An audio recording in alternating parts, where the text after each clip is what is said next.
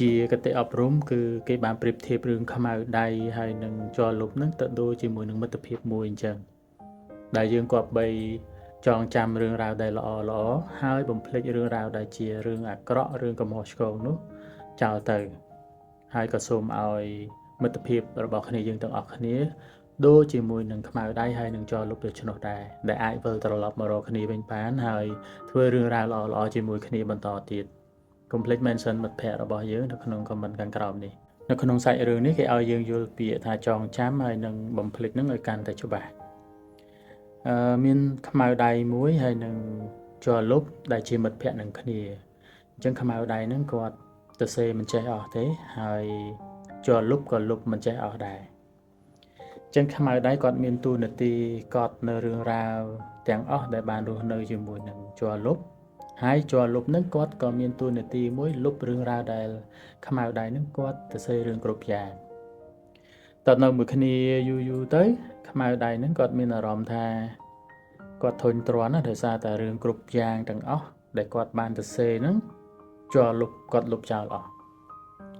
ហើយថ្ងៃមួយគាត់ក៏សុំជ័រលុបហ្នឹងបែកគ្នាគាត់ថាយើងបែកគ្នាទៅបើខ្ញុំខំទៅសេខ្ញុំខំកត់ចំណាំចង់ងាប់ហើយជ័រលុបឯងគិតតែពីលុបអញ្ចឹងណាហើយជ័រលុបគាត់ថាខ្ញុំអត់មានកំហុសទេខ្ញុំគ្រាន់តែធ្វើទៅតាមទូនាទីរបស់ខ្ញុំតែប៉ុណ្ណោះហើយខ្មៅដៃក៏នៅតែចេះចង់បែកគ្នាទីបំផុតពីរនាក់ហ្នឹងក៏គាត់ក៏បែកគ្នាទៅហើយពេលដែលបែកគ្នាដំបូងខ្មៅដៃហ្នឹងគាត់សប្បាយចិត្តណាដោយសារតែគាត់អាចទៅសេបានតាមចិត្តចង់របស់គាត់ព្រោះអត់មានអ្នកណាមកលុបការទៅសេរបស់គាត់ទៀតទេហើយដល់គាត់ទៅសេយូរទៅគឺគាត់ចាប់ផ្ដើមសាងកំហុសធម្មតាអត់មានជ័រលុបគាត់ត្រូវគូសខ្វែងចោលឬគាត់ត្រូវគូសលុបពីលើអញ្ចឹងណាធ្វើឲ្យអក្សរឬក៏អត្ថបទរបស់គាត់នឹងអត់ស្អាតទេហើយពេលហ្នឹងគាត់ក៏នឹកឃើញទៅដល់ជ័រលុបគេថាបើសិនជាមានជ័រលុបប្រហែលជាការកត់ចំណាំរបស់គាត់នឹងបានស្អាតជាងមុនហើយចំណែកឯជ័រលុបវិញគាត់រស់នៅដំបូងក៏គាត់សប្បាយចិត្តដែរតែពេលគាត់នៅយូរទៅគាត់មានអារម្មណ៍ថាជីវិតគាត់អត់មានតម្លៃ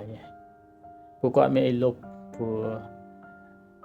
អ្វីដែលជាតម្លៃរបស់គាត់ហ្នឹងគឺគាត់ត្រូវតែលុបអញ្ចឹងទៅគាត់ក៏នឹកឃើញដល់ខ្មៅដៃហើយថ្ងៃមួយហ្នឹងក៏ពីរនាក់ហ្នឹងក៏ត្រឡប់ទៅរកគ្នាវិញអញ្ចឹងទៅខ្មៅដៃលើកនេះគាត់ទៅសេតែរឿងរ៉ាវណាដែលល្អទេឬណាមិនល្អគាត់មិនទៅសេទេហើយជ័រលុបវិញគាត់លុបតែរឿងរ៉ាវណាដែលខ្មៅដៃហ្នឹងគាត់ធ្វើជាកំហុសតែប៉ុណ្ណោះអញ្ចឹងទៅគាត់អាចរស់នៅជាមួយគ្នាបានសុខសាន្តទៅ